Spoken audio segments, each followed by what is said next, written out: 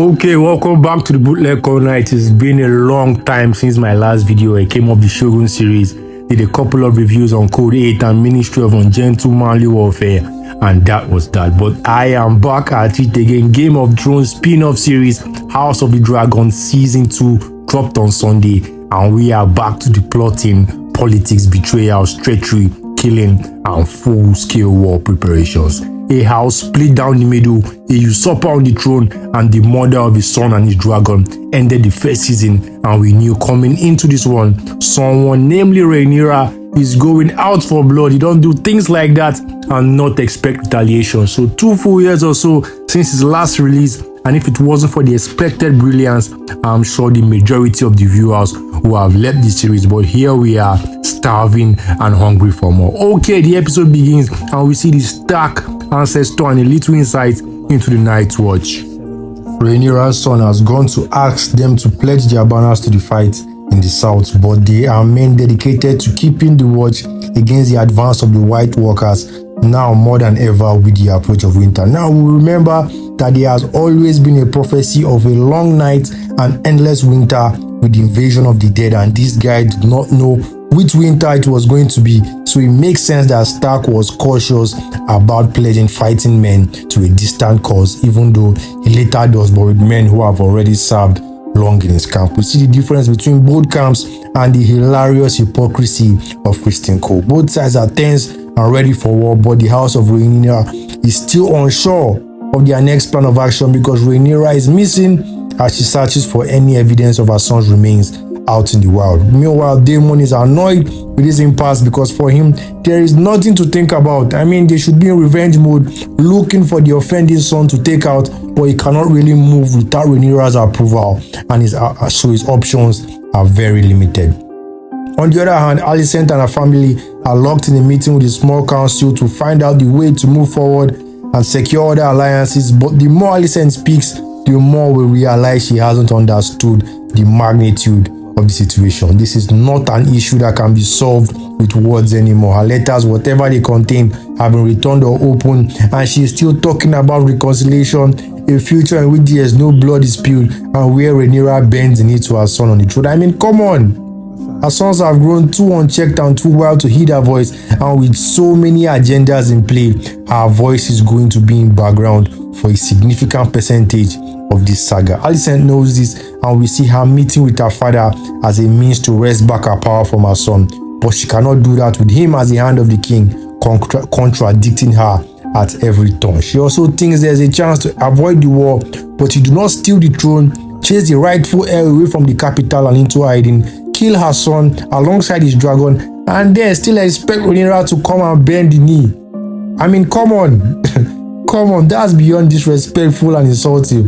That's just basically saying the other person's life is worth nothing to you because your own agenda must succeed no matter what. So here, as Hightower says, the path to victory is now one of violence. You can't beat a kid and tell them not to cry. I mean, you have to pick your poison. You either beat them and let them cry, or you don't beat them at all. Sir Criston Cole, our supposed upright knight who was busy talking about his moral high ground when he was having an affair with Rhaenyra, has already jumped into the bed of an royal. So maybe there's something to be said about an acquired taste, but here he is violating every tenet of his brotherhood, which he was so quick to remind everyone about when he was with Rhaenyra. Aegon is king for now, but for how long we will never know, but he sure seems like he's one who doesn't take the execution of governance very seriously and is just too immature for it. He has no steel in his spine as of yet, and maybe, just maybe, he's going to do something incredibly stupid or naive to cover up his deficiencies.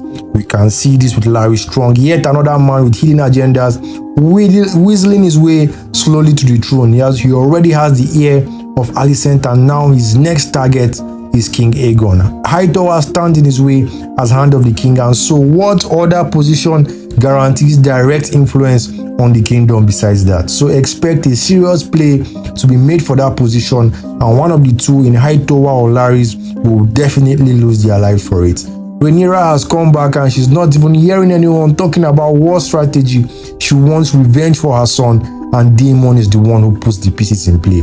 Now we can see that even as the house is split, The lower orders, such as the knights, are also divided across both lines, and it's an interesting thought to see the motivation for these guys in picking sides. Convenience or belief in the cause, because on one hand, this guy here is separated from his brother and serves the house of Rhaenyra due to belief, and this other guy is telling Daemon that he still believes in Rhaenyra's claim despite working for the house of Alicent. So the murder plot is hard, very small, having a guard and a palace rat catcher, very convenient because the palace is overrun by rats at this time. So Aemon is the target, and he's strong enough to fight off an assassin if they catch him at the wrong time, but the promise of money is enough to overcome any fear. A son for a son is the mantra, and when the assassins get into the palace, we find out it is not as easy as it was said. Although they got into the palace way too easily, and it leads me to think that a small determined group can launch a sneak attack sometime in the future,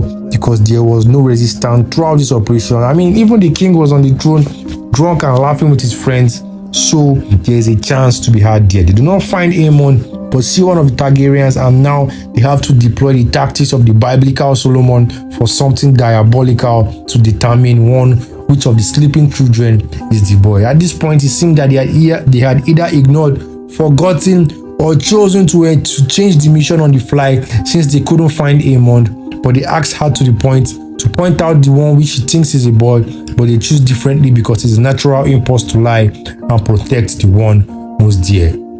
Now, slicing sounds ahead, and a child is killed, and his head is taken as evidence, and we see this as just the start of hostilities. Wrong child or not, the scales have been balanced a little, even if it is a dragon shot, but Daemon's reaction is to be seen when they deliver the wrong head from the right family to him. But personally, I don't think Rhaenyra or Daemon are going to be satisfied with killing the wrong child, even if they just dealt a blow to their enemy. This is not the child they wanted. Besides, this is not even the important one compared to Aemon, who rides a dragon and is a military asset for the coming war.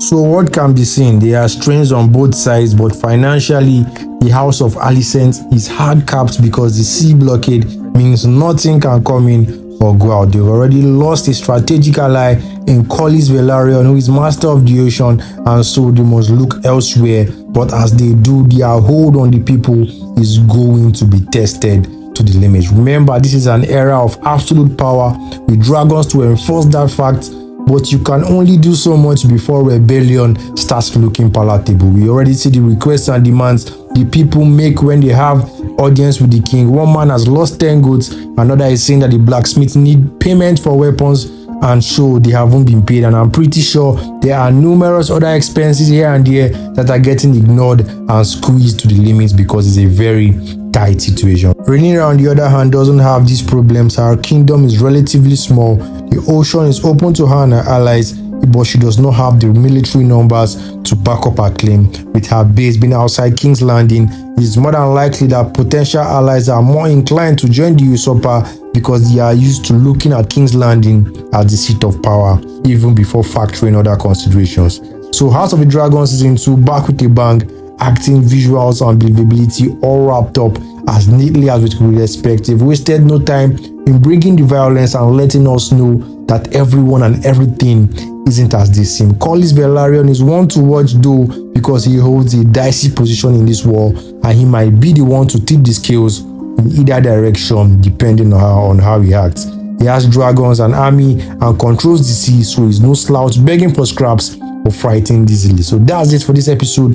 The next episode comes on Sunday as usual, and I'll try to release the review for that one earlier than this. So hit me with your thoughts, questions, and opinions in the comment section. This is still the Bootleg Corner. Don't forget to subscribe, keep it locked in, and I'll be back.